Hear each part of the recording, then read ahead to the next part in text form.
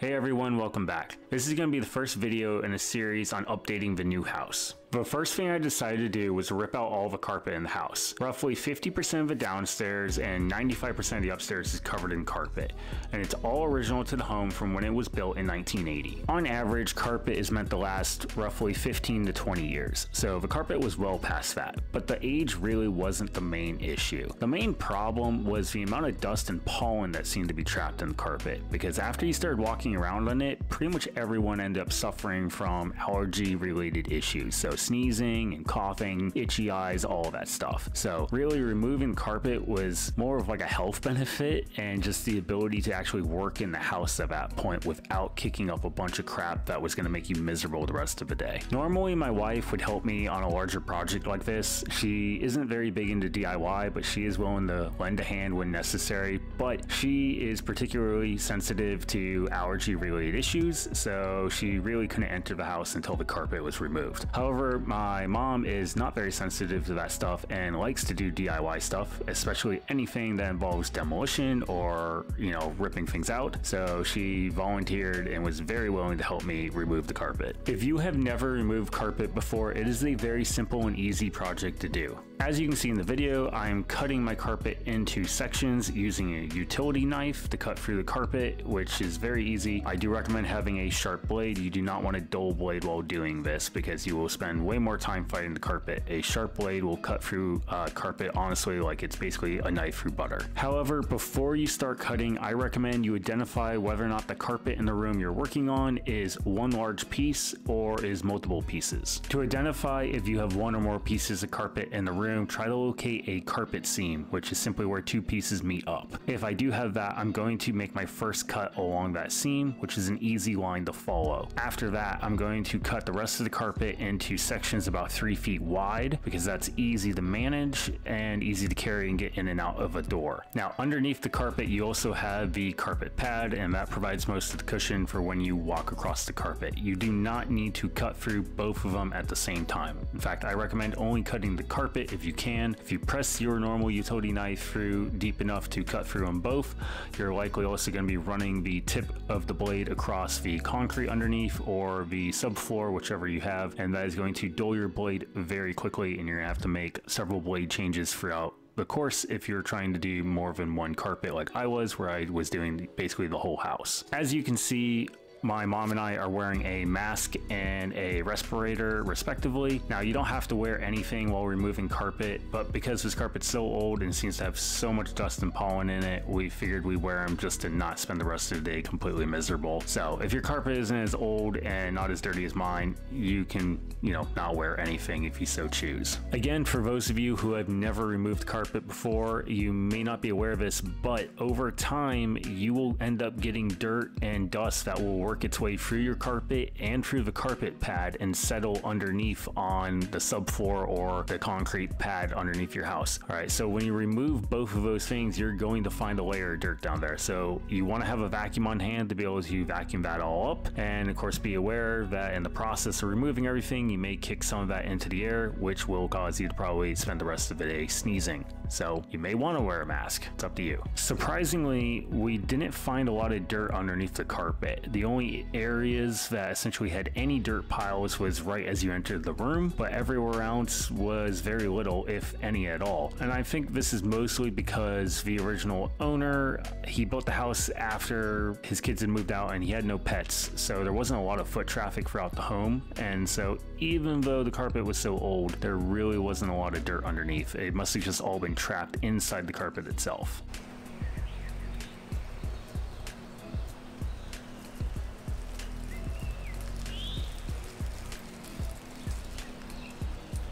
After finishing all the carpet removal, I really needed to move on to doing some work on the outside of the house. Particularly an area of concern was a spot underneath the kitchen window on the front side of the house. In this section, the soil level had risen to the point that it was touching the bottom parts of the siding along the front part of the house. This problem looked like it was mostly caused by the amount of leaves and pine needles that had fallen off of the trees and bushes in the front of the yard. But it all collected essentially under the window in this section, and over time, time, it just degraded, became soil, and then more leaves and pine needles fell, and just repeat the process over years until it reached the point where it was now where it currently was, which was touching the bottom of the siding.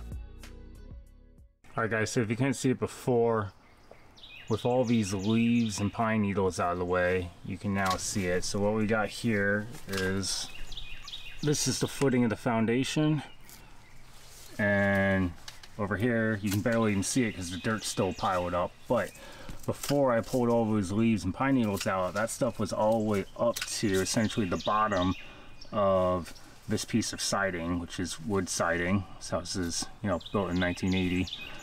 And you can see that caused significant damage to it since it's no longer even holding on, and you can see all that damage underneath, which is going to be a big problem. So this is why I'm cleaning this all out. I need to get this dirt and all this pine needles and stuff down below this level. It doesn't have to be too far, but it really shouldn't be above this. So, and then I'll have to obviously fix this. This is going to be a big job.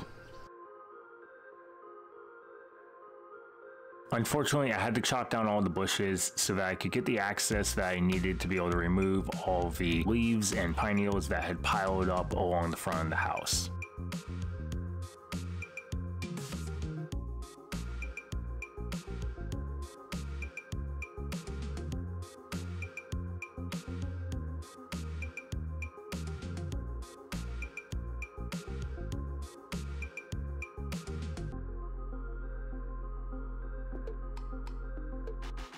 After getting the ground level low enough that I could see the foundation, I was able to get a better assessment of what kind of damage the siding had suffered from. And sure enough, the bottom of the siding was really just pretty rotted through from water damage, from being in direct contact with the ground. So it's gonna need to have some siding work done here, but until I can do that, I'm gonna have to cover up the area of plastic to prevent any more water from hitting it during rainstorms.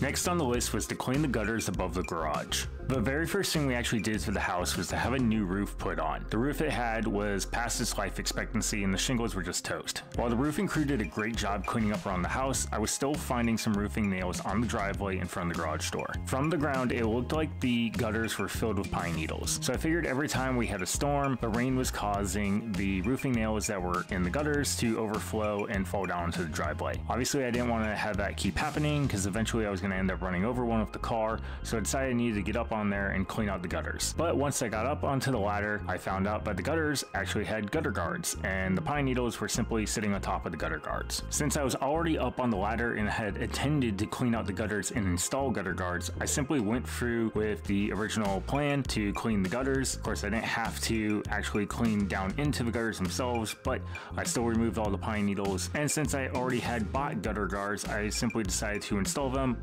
elsewhere on the house.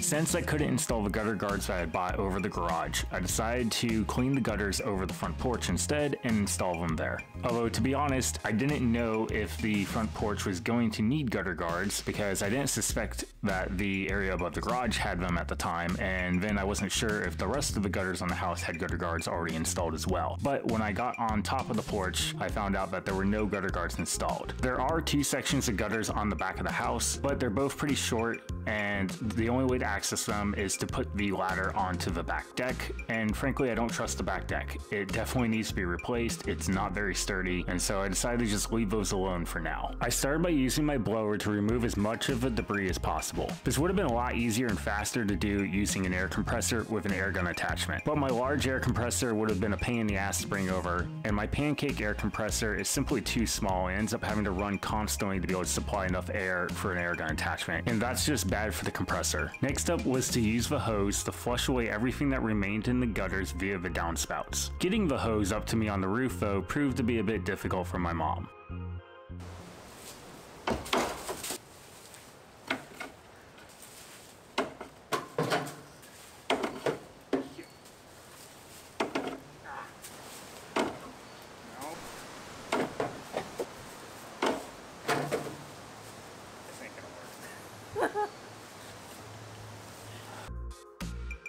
After several attempts to try to save time by tossing me the hose, my mom finally realized she just needed to walk up the ladder and hand it to me. I honestly could have saved time if I just walked down the ladder and grabbed the hose myself. With the gutters cleaned, I was ready to install my gutter guards. I went with the foam ones to make it quick and easy. Now, I've never used these before, so I have no idea how long they'll last, but it only costs about $40 to buy enough to do this section of my gutters. So I'm gonna try it out, see how long they last for, and if I'm happy with it, then maybe I'll install more. If not, then worst case, when they wear out, I'll just replace them with metal ones if I have the money and time at that point.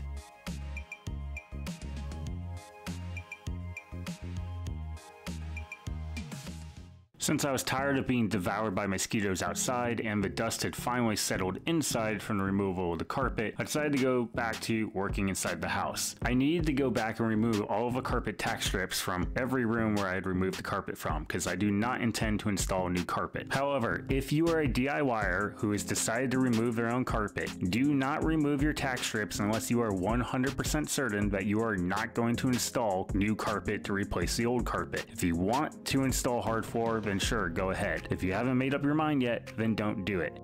99 times out of 100, the pros are going to reuse your carpet tack strips that are already there to install the new carpet, unless for some reason there is something wrong with the tack strips currently in place. If you remove the tack strips, the pros are going to charge you for the installation of the new tack strips that they have to put in. After spending hours crawling around on my hands and knees removing tack strips across the whole house, I was ready to be back outside with the mosquitoes.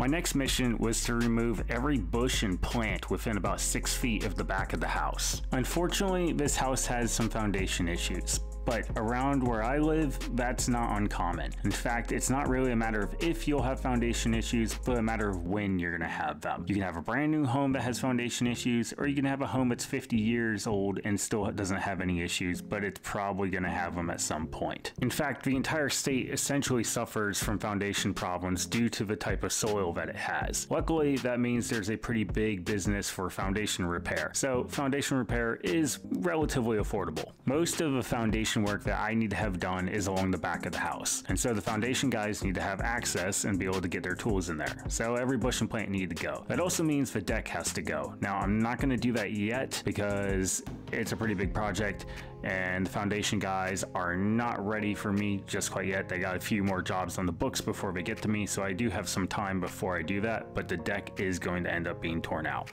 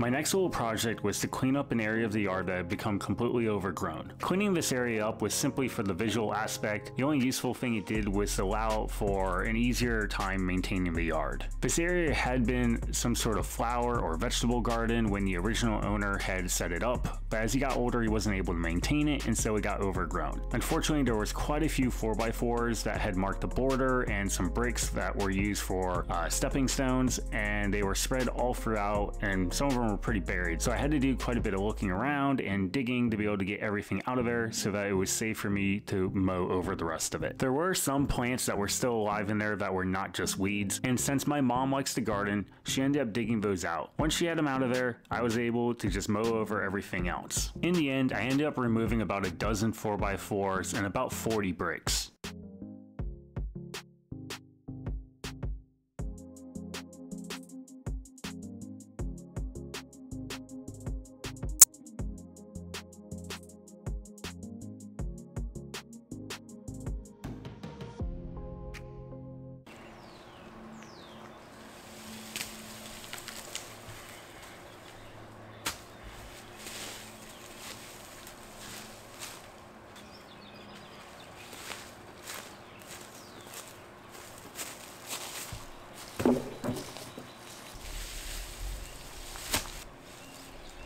Oh, this one's really heavy.